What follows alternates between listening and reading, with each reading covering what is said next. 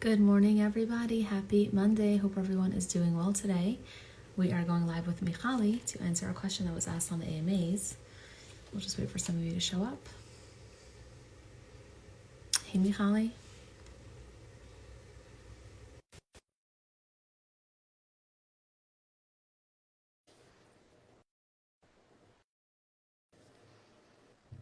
Thank you, everyone, for joining. Good morning. Where are we? Hey, Michali. Hello. Good morning. How are you? Good. How are you doing, Fay? I'm good. I still feel so sleepy, but I'm rested. I feel rested for a change. How are you? I'm so glad to hear. I'm good. I'm You're tired too. tired. But Yeah. I'm happy that it's Monday and I can just crack open my planner and, And do all the things that I want to do. amazing. That's amazing. I like that attitude. Yeah, I'm not a hater of Mondays. I feel like they're like it's a fresh start. Yeah, and I love getting stuff done, especially things that I'm super passionate about. So it's that I like when people have a hard time waking up in the morning, I'm like, okay, we need to figure out what's going to get you out of bed. Like, Exactly. what's your passion? What's your oomph? So yeah, so I feel blessed, to have a few little munchkins that do that for me, but also Totally. but also other stuff that I really am passionate about. I'm So with you. I'm with you. I feel like it's a passion problem, not like a motivation problem necessarily. yeah. Yes. Oh my God, that's such a good quote. You should do that for OK Clarity. The We blue and white. It's a should passion problem. not a motivation problem. Yes. Yeah, so that makes me happy. Anyways, you want to read the question? Yeah, You have it in front of you? I do. So the question is how to get siblings to get along or at least tolerate each other. I feel like I've tried everything. Yes. I was definitely like leaning on you for this one because you're a parent and I'm not.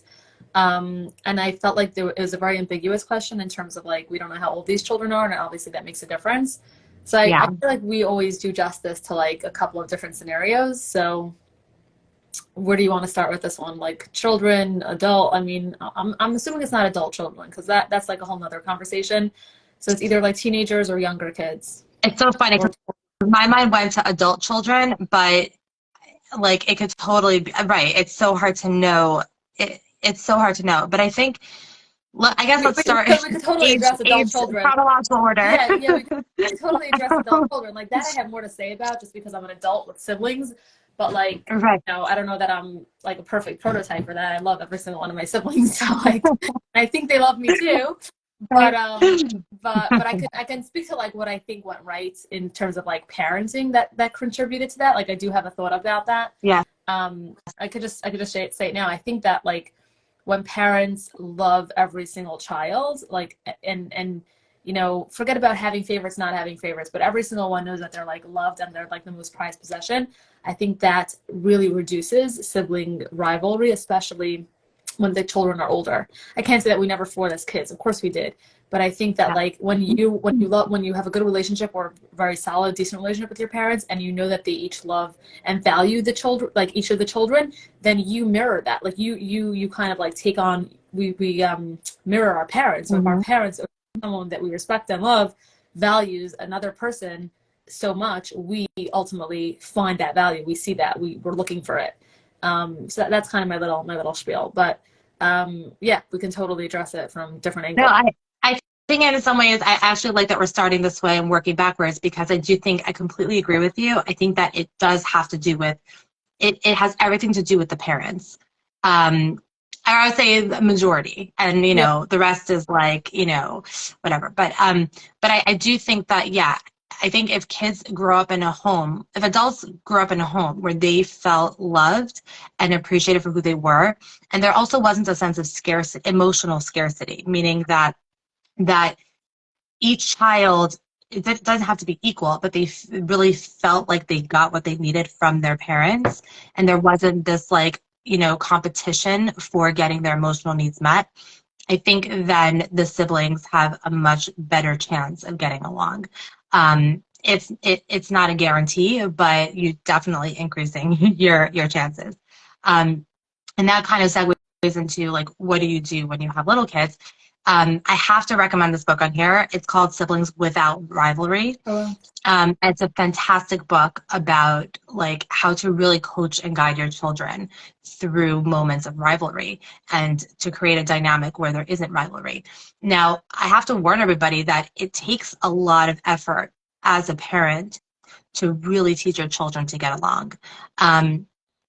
The kind of effort that it requires is like you really being attuned to your children and watching them and being very active, not overly involved, but active in guiding your children to identify their emotions, express their emotions in a healthy, constructive way, and then engaging both of your children or many of your children in problem-solving kinds of conversations, so that everyone kind of gets what he or she needs.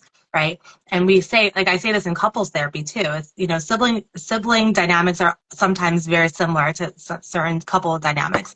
And one of the things that I say is that it's not a solution if one person is hurting. Like a solution has to be something that everybody feels like, okay, this works for me. If it works for one person, it's not a solution. You should coin that. Thank you. We got blue, we've got gold, we've got lots of things going on. Thank you. I'll add that to my list. Solution is not a solution if one person is still hurting. I really like that. Yeah, thank you. And so I think teaching, so there's a lot of like mini steps to get to that, right? Like the child has to know what emotions are. They have to be able to be attuned to their emotions and then to be able to express them in a constructive way, right? And so that's where the parent's guidance comes in, right? That the parent is saying, okay, it looks like you're feeling, you know, hurt, or it looks like that you feel like something's unfair. So it sounds like you're angry. Is that true, right? And then checking in, and if the kid's like, yeah, because, you know, they took my toy away or whatever it was, right? Then say, okay, so you're feeling angry. So I want to hear from them also. What's going on for you? Oh, well, I was playing with it first and da-da-da-da-da-da. Oh, so you feel, you know, like you kind of like reflect back, and then once every child feels understood and heard, then only then do you go into the problem solving mode of like, okay, so let's get out a pen and paper, or let's type this up into my phone, you know, like what are some ideas so that everyone feels good, right? And you do this every single squabble and every single time. Wow. And you're basically constantly practicing, and you're guiding, and then you're constantly practicing these skills with your children. You'd be amazed, you know, to see like how children take that and work with that. And it's just like when it becomes so naturally part of their language and how they do stuff, because you do it with them all the time, they're going to start doing it on their own. And it's magical to watch that. Wow. So I think that, look, well, this person also wrote, like, at least to tolerate each other. I think that it's really important that there are certain ground rules for physical and emotional safety, and that your kids know that no matter what, you're going to intervene, separate your kids, put them in different environments, if there's an issue of physical or emotional safety. But then beyond that, in terms of getting along and having real relationships, there's no better gift that you can give your kids than a beautiful relationship with their siblings. And so that's going to require a ton of, you know, effort on the parent's part to teach the kids those skills. Kids don't naturally know these skills. Parents that say, oh, they're going to just have to figure it out and that's how they're going to learn how to get along, doesn't work.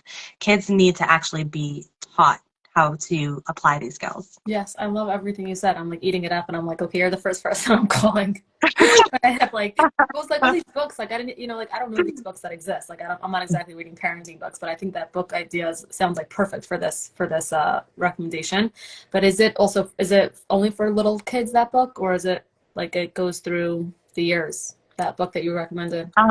It does go through the years. I do believe that there's like teen years that are mentioned in the book. It doesn't go to adulthood, but I've honestly, look, like kids, I mean, I've like the beginning years of my therapeutic work was with children. And so I definitely know how to work with children, but that's not my area of expertise or specialty. But it happens to be, I know a lot about the topic just from, you know, out of necessity. And then when I became a parent, that's when I did like a full deep dive into all these books. And I have to say, like, I know I'm recommending this book, and I think it's an excellent read, and it has so many amazing techniques and tools. That being said, there's never going to be a parenting book that speaks directly to your child. As a parent, you have to know your child. It's kind of like I'm quoting Rabbi Kellerman when in a class that he gave on the book Zria Obinyan Bechinach, Planting and Building. Yeah. It's Rav Volpe book, and so you know you have to watch your children, observe your children, get to know your children, and you can apply some of the concepts you learn from the books, but ultimately the true expert is you as the parent. Yeah. And so I think that take what the book says and take what you like, and then you leave out the rest. I love that. I think that's a great recommendation for all books. Like, I think that people, like, we put too much stock in books. I think books are amazing, and they're like one of the greatest gifts to humanity. But like knowing that you have to like know yourself and apply it, like, if the shoe fits, wear it, and if it doesn't, then give it away. Exactly. Like, it's not, exactly. I love what you exactly. said, that like the greatest gift you can give your children is to get along with their siblings. And I want to like reverse that also. Like, if someone's listening to this, which I think we have a lot of teenagers that listen to our content, the greatest gift that you can give your parents is getting along with your siblings. My parents always say that, specifically my mom, and she's like, that's the greatest thing that you can do for a parent, is to get along with your siblings. Like, that brings a parent, like, there's hardly any like greater joys than seeing siblings that like each other, and will do anything for another. And I love what you said about like being involved and like coaching, because I think that parents oftentimes like they're not sure when to be involved and when to not be involved, and they pick and choose, but like in the wrong ways, so like like if you're going to be an involved parent, then you need to be consistent, and also like the way to be involved, like you said, reflecting the feelings, asking what's going on. It sounds very similar to like what you would do with couples therapy in a sense, it's like negotiating between two parties. And even bringing your relationship with your child in the same, like having that same relationship with the child. So when the child says, I don't want to do that, or no, or they're defiant, or whatever it is, if you're going to put down your foot and be like, this is what we do, you just listen to a mommy, or you listen to a tati, then that's the type of relationship skill you're teaching them to have with their sibling. Like, I want the toy, it's my way or the highway.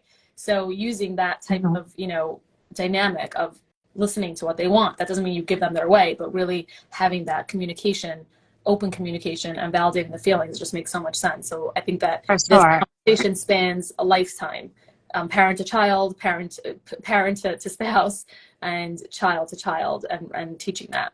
Yeah. And I do think that a parent, like, I think this is what you're saying, but I do think that a parent can say, like, it's a no or it's a yes, but I think that the first step isn't to say no because I said so. The first step is to say, like, I know you really wanted that snack, and it's so hard when we don't get what we want. It really is. Not to be like, well, you can't always get what you want, but like, it's really tapping into that feeling for yourself. And then from that place of feeling, responding to your child. That's what real empathy is. It's like you're experiencing that emotion yourself, and then you're speaking from that place. I think though that 100%, like, these are skills that are good for really any relationship. You're just basically teaching little humans how to have that skill. It spans lifetime, and yeah, for sure, like a parent, you're the authority. But I think like even getting to a place where the child can express to you what they're upset about, that's important. Like, of course, the answer could be no, like, I want to jump off the bridge, it looks like so much fun. Of course the answer is no, but like, wouldn't you want to understand like the logic behind that desire? Like, wouldn't you want to understand that from your child instead of just being like, no, because I said so? So exactly, right. That creates the relationship. The boundary setting creates the authority kind of dynamic, but the understanding creates the actual relationship. So if a person just wants to have that authoritative kind of relationship with their kids, then they can continue to be like, nope, because I said so. But if the person really wants to have a deep relationship with the child, it's going to require a lot more dialogue. Now I know why they say parenting is like a full-time job, because like if you have to have these conversations like 24/7, that's like pretty. It's nonstop. It's nonstop. Every like you try to get to the kitchen, but then it's just like you're stuck straight in your tracks and you gotta go and I better start enjoying my free time more, Michali. I better start just exercising your mouth muscles, I think is the first step. It's just like getting really, getting your mouth ready for a lot of talking. Okay. We can do that. We can do that. We do that a lot here. All right. You have a hard stop, so I want to Yeah. respect that. Yes. Yes. Alrighty. Thank you. Thank you everyone for tuning in. Thank you, Michali. I think we did this justice. It was like really helpful even for me, just like interesting conversation, and I think super helpful. So thank you, Michali. Thank you everyone for tuning in, and I shall see you next week. I'm looking forward to it. Thank you, Fay. Take care. Have a good day, everybody. Take care. Bye-bye.